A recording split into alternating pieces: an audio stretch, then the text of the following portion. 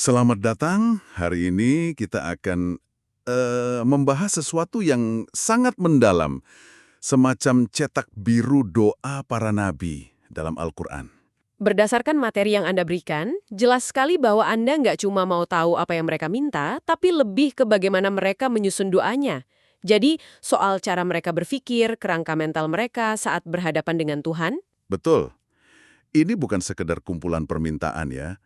Ini lebih mirip semacam sistem operasi spiritual. Kita bisa lihat pola yang konsisten. Pengakuan total akan kelemahan diri, kepasrahan di tengah ujian terberat, dan yang paling menakjubkan, sebuah visi yang jauh melampaui kehidupan mereka sendiri. Doa mereka itu jadi awal dari tindakan, bukan penggantinya. Sebuah sistem operasi spiritual. Wah, saya suka istilah itu. Jadi ini tentang membedah software di balik doa-doa itu ya. Oke, mari kita langsung masuk. Sesuai permintaan Anda, kita mulai dari skenario dengan pertaruhan paling tinggi. Doa Nabi Musa tepat sesaat sebelum beliau diutus untuk menghadapi Firaun. Coba kita bayangin deh situasinya. Anda baru aja dikasih tugas yang kedengarannya mustahil. Konfrontasi langsung dengan penguasa paling tiran di zaman itu. Kebanyakan dari kita mungkin bakal langsung panik atau berdoa, ya Tuhan hancurkan dia gitu kan.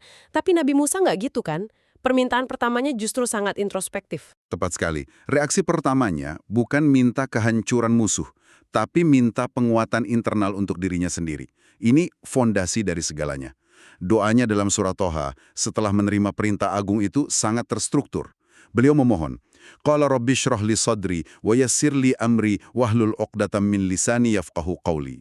Dia berkata, ya Tuhanku, lapangkanlah dadaku, mudahkanlah untukku urusanku, dan lepaskanlah kekakuan dari lidahku, agar mereka mengerti perkataanku. Saat kita bedah kayak gini, ini kedengarannya seperti sebuah rencana proyek. Persis, ini bukan sekedar doa, ini project plan spiritual. Nabi Musa ngasih kita cetak biru 3 langkah untuk menghadapi tugas mustahil apapun. Perkuat mental dan batin Anda. Isroh li sodri, lapangkan dadaku. Ini soal kesiapan mental, ketenangan, kapasitas buat nahan tekanan. Fondasinya harus kuat. Oke, jadi mulailah dari dalam diri. Masuk akal, langkah kedua apa? Langkah kedua itu, logistik dan eksekusi. Wa yassir liya amri, mudahkan urusanku. Setelah batinnya siap, beliau minta agar hambatan-hambatan eksternal, birokrasi, atau rintangan operasional di jalan misinya dipermudah oleh Tuhan. Beliau sadar kalau kekuatan internal aja nggak cukup kalau jalan di depannya penuh duri. Dan yang ketiga, nah ini yang menarik, spesifik banget. Beliau minta agar kekakuan lidahnya dilepaskan. Betul, wahlul 'uqdatan min lisani. Ini langkah ketiga, kuasai alat komunikasi Anda. Beliau tahu misi ini adalah misi persuasi, diplomasi, penyampaian kebenaran. Kemampuan bicara yang jelas dan efektif adalah alat utamanya. Jadi, polanya, siapkan mental, atasi logistik, kuasai komunikasi. Ini strategi yang relevan untuk CEO, mahasiswa, siapapun. Universal banget. Yang juga menarik, setelah minta kekuatan buat dirinya sendiri, beliau langsung minta partner. Ini agak kontraintuitif, bukan? Biasanya kita ngebayangin Nabi itu pahlawan super yang bisa semuanya sendiri. Kenapa beliau langsung ngaku butuh bantuan? Nah, ini menunjukkan kecerdasan strategis dan kerendahan hati yang luar biasa. Beliau tahu ini bukan tentang ego pribadinya, tapi tentang keberhasilan misi. Dalam surah Al-Qasas ayat 34, beliau sangat spesifik. Wa akhi Harunu huwa afsahu minni lisanan, fa arsilhu ma'i rid an yusaddiqani. Dan saudaraku Harun, dia lebih fasih lidahnya daripadaku, maka utuslah dia bersamaku sebagai pembantuku untuk membenarkan perkataanku. Wow, beliau secara terbuka mengakui kelebihan saudaranya. Dia lebih jago ngomong daripada saya, jadi kirim dia bersama saya. Itu butuh tingkat kesadaran diri yang tinggi untuk bisa bilang gitu. Dan itulah intinya. Ini adalah pengakuan kelemahan yang justru jadi kekuatan. Beliau nggak melihat Harun sebagai saingan, tapi sebagai aset tim. Beliau melakukan analisis SWOT pada dirinya sendiri, sadar kelemahannya di kefasihan lisan, dan langsung cari solusi buat nutup celah itu. Ini pelajaran kepemimpinan tingkat tinggi. Fokus pada tujuan, bukan citra diri. Pola pengakuan ini juga kelihatan di doanya yang lain, yang sangat singkat dan spontan. Anda merujuk ke insiden sebelum beliau jadi nabi kan? Saat beliau nggak sengaja menyebabkan kematian seseorang. Iya, momen krusial itu. Dalam surah Al-Qasas ayat 16, doanya instan dan menusuk. Qala Rabbi inni zalamtu nafsi faghfirli. Dia berdoa, "Ya Tuhanku, sesungguhnya aku telah menzolimi diriku sendiri, maka ampunilah aku." Perhatikan ya, nggak ada kata tapi. Nggak ada aku nggak sengaja atau situasinya sulit. Cuma pengakuan murni dan permohonan ampun. Ia ambil tanggung jawab penuh. Inilah adab doa paling mendasar. Mulai dari introspeksi diri. Jadi, doa Nabi Musa itu tentang persiapan sebelum perang. Sebuah cetak biru buat membangun kekuatan dari dalam dan nyusun tim. Tapi apa yang terjadi saat Anda udah di tengah-tengah badai?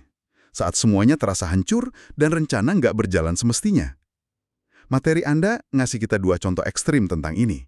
Nabi Ayub dan Nabi Yunus. Benar, dan disinilah kita lihat pergeseran dari doa persiapan menjadi doa kepasrahan. Mari kita lihat Nabi Ayub. Beliau diuji dengan penyakit kronis yang parah, kehilangan keluarga, kehilangan harta, ujian yang bisa menghancurkan siapapun. Doanya yang tercatat di surah Al-Anbiya ayat 83 sangat halus dan penuh adab. Wa ayyuba idnada rabbahu anni massanid durru wa anta arhamur rahimin. Dan ingatlah kisah Ayub ketika dia berdoa kepada Tuhannya, "Ya Tuhanku, sungguh aku telah ditimpa penyakit, padahal Engkau adalah Tuhan yang Maha Penyayang di antara semua penyayang." Ini sangat subtil. Beliau nggak menuntut sembuhkan aku sekarang. Beliau bahkan nggak secara eksplisit minta disembuhkan. Apa yang terjadi secara psikologis di sini? Ini adalah sebuah teknik reframing atau pembingkaian ulang yang sangat kuat. Beliau melakukan dua hal. Pertama, beliau cuma menyatakan fakta kondisinya.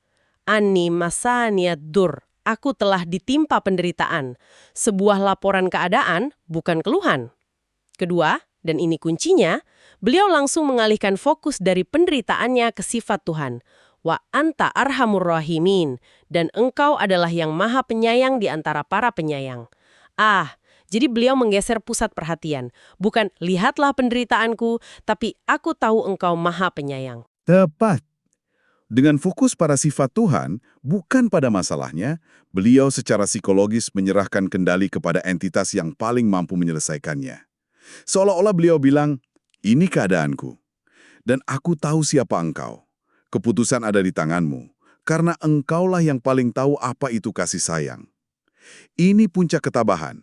Daripada mendikte Tuhan, beliau mengingatkan diri sendiri tentang siapa yang sedang ia ajak bicara. Itu benar-benar mengubah cara pandang. Kalau situasi Nabi Ayub udah sangat buruk, situasi Nabi Yunus mungkin yang paling absurd dan mustahil dibayangkan. Di dalam perut ikan raksasa, di dasar lautan, di tengah kegelapan malam. 3 lapis kegelapan. Apa yang bisa Anda lakukan dalam kondisi seperti itu? Dalam kondisi tergelap itulah, muncul salah satu doa paling kuat dan ringkas dalam Al-Quran. Ini adalah intisari dari tauhid dan taubat dalam satu kalimat.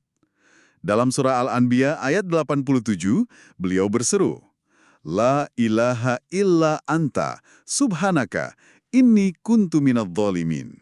Tidak ada Tuhan selain Engkau, Maha Suci Engkau.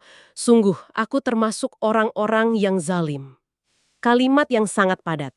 Mari kita bedah strukturnya. Strukturnya sempurna. Ada 3 bagian fundamental. Pertama, La ilaha illa anta, pengakuan ketuhanan. Di tengah keputusasaan total, hal pertama yang beliau lakukan adalah mengkalibrasi ulang kompas spiritualnya, menegaskan kembali siapa satu-satunya kekuatan yang berkuasa di alam semesta. Ini pondasinya. Jadi bahkan saat terisolasi total, langkah pertamanya adalah menegaskan kembali koneksi itu. Benar. Kedua, subhanaka penyucian Tuhan. Ini adalah tasbih. Dengan mengatakan Maha Suci Engkau, beliau seolah-olah menyatakan bahwa apapun yang menimpanya bukanlah karena Tuhan berbuat zalim atau tidak adil. Ini membersihkan segala prasangka buruk pada takdir. Dan yang ketiga, barulah introspeksi. Ini kuntu minadz zalimin, pengakuan dosa. Beliau mengambil tanggung jawab penuh atas kesalahannya. Tegaskan siapa Tuhan, sucikan dia dari segala prasangka, lalu lihat ke dalam diri sendiri dan akui kesalahan. Luar biasa.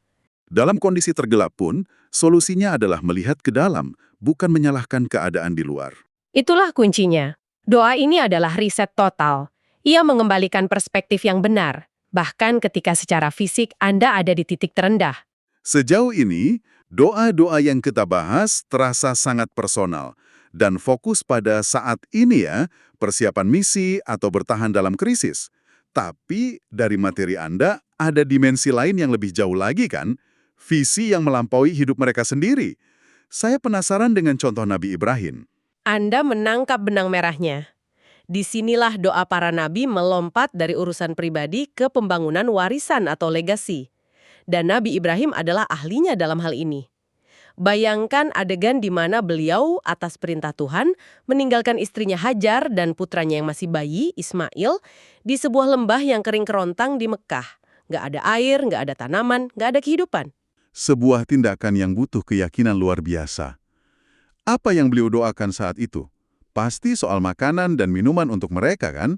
Justru disitulah letak kejeniusan visinya. Prioritas pertamanya bukan itu.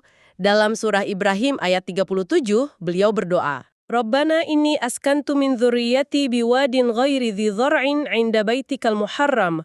Rabbana liyuqimus shalah. Ya Tuhan kami, sesungguhnya aku telah menempatkan sebagian keturunanku di lembah yang tidak mempunyai tanaman-tanaman di dekat rumah Engkau. Ya Tuhan kami, yang demikian itu agar mereka melaksanakan sholat. Tunggu, jadi alasan utama beliau menempatkan mereka di sana adalah agar mereka melaksanakan sholat. Bukan agar mereka bertahan hidup, tapi agar mereka menjaga koneksi spiritual.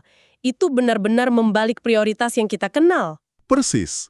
Bagi Nabi Ibrahim, fondasi spiritual itu infrastruktur yang paling utama. Kesejahteraan material itu penting, dan beliau memang mendoakannya setelah itu. Tapi itu permintaan sekunder. Prioritas utamanya adalah memastikan warisan imannya berlanjut. Beliau sedang membangun sebuah peradaban, dan fondasinya adalah sholat. Ini juga terasa nyambung dengan kerendahan hati yang kita bahas sebelumnya. Bahkan saat melakukan amal paling monumental, seperti membangun Ka'bah, fokusnya bukan pada pencapaian mereka. Sama sekali bukan. Setelah selesai pekerjaan raksasa itu, doa mereka berdua sangat singkat tapi syarat makna. Rabbana taqabbal minna, yang artinya, ya Tuhan kami, terimalah amal dari kami. Ada kesadaran mendalam bahwa tindakan sebesar apapun nilainya nol jika nggak diterima olehnya. Ada ketakutan, mungkin niatnya kurang lurus, mungkin ada kesombongan yang terselip. Jadi, bahkan setelah pencapaian terbesar pun, kekhawatiran utamanya adalah apakah ini diterima. Ini membawa kita ke dimensi akhir doa mereka, yaitu orientasi pada hari perhitungan. Dalam catatan Anda menyebutnya Yaumul Hisab. Bisa tolong jelaskan sedikit? Tentu, Yaumul Hisab secara harfiah berarti hari perhitungan. Anggap aja ini hari audit terakhir, di mana setiap perbuatan, niat, dan kata-kata kita akan ditinjau. Para nabi sangat sadar akan realitas hari ini. Doa-doa mereka secara spesifik adalah untuk mendapatkan hisaban yasiroh, sebuah audit yang mudah dan lancar. Bukan su'ul hisab, di mana setiap detail kecil diperiksa dengan teliti. Jadi ini tujuan akhirnya, bukan cuma sukses di dunia, tapi selamat dalam audit terakhir itu. Benar, doa Nabi Ibrahim merangkum ini dengan sempurna. Dan janganlah engkau hinakan aku pada hari mereka dibangkitkan. Beliau tahu bahwa keselamatan sejati adalah keselamatan di akhirat. Semua pencapaian di dunia, membangun peradaban, punya keturunan soleh, adalah sarana untuk mencapai tujuan akhir itu. Visi mereka nggak terpotong oleh kematian, jadi kalau kita rangkum perjalanan ini, doa para nabi memberikan sebuah kerangka berpikir yang utuh. Dimulai dari persiapan diri kayak Nabi Musa, menjadi sumber kekuatan saat diuji seperti Nabi Ayub dan Yunus, dan puncaknya menjadi alat untuk membangun warisan dan memastikan keselamatan di tujuan akhir, seperti Nabi Ibrahim. Dan ada satu hal yang mengikat semuanya, hubungan yang tak terpisahkan antara doa dan tindakan. Doa bukanlah pelarian dari tanggung jawab, justru sebaliknya. Nabi Musa berdoa mohon kekuatan, lalu beliau pergi menghadapi Fir'aun. Nabi Ibrahim berdoa untuk keturunannya, lalu beliau membangun Ka'bah. Doa menjadi bahan bakar, pemandu strategis, dan pelurus niat bagi setiap tindakan mereka. Sebagai penutup, ada satu pemikiran yang ingin saya ajukan untuk Anda renungkan. Kita fokus pada doa para nabi ya, para lelaki pilihan Tuhan. Namun, Al-Quran juga mengabadikan doa seorang perempuan luar biasa, istri Fir'aun yang kita kenal sebagai Asiyah. seorang mukminah yang hidup di jantung kezaliman, di bawah tirani suaminya sendiri. Doanya tercantum dalam surah At-Tahrim ayat 11. Ia berdoa, Rabbi benili indaka baitang fil jannah, wa najjini min fir'auna wa amalih, wa najjini minal qawmidh dhalimin.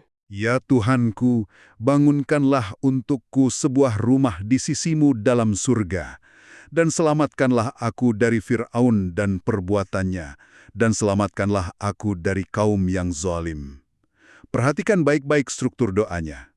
Permintaan pertamanya bukanlah selamatkan aku dari siksaan ini sekarang. Permintaan pertamanya adalah tujuan akhirat. Bangunkan untukku sebuah rumah di sisimu dalam surga. Baru setelah itu, ia meminta keselamatan duniawi. Pertanyaannya adalah, bagaimana doa seorang manusia yang bukan nabi, yang hidup dalam kondisi paling menekan, ternyata menggemakan pola pikir agung yang sama persis dengan para nabi? Ini seolah memberi sinyal bahwa kerangka berpikir ini, visi yang memprioritaskan akhirat ini, bukanlah hak eksklusif para nabi, tapi bisa dicapai oleh siapa saja yang imannya tulus. Apa artinya itu bagi kita?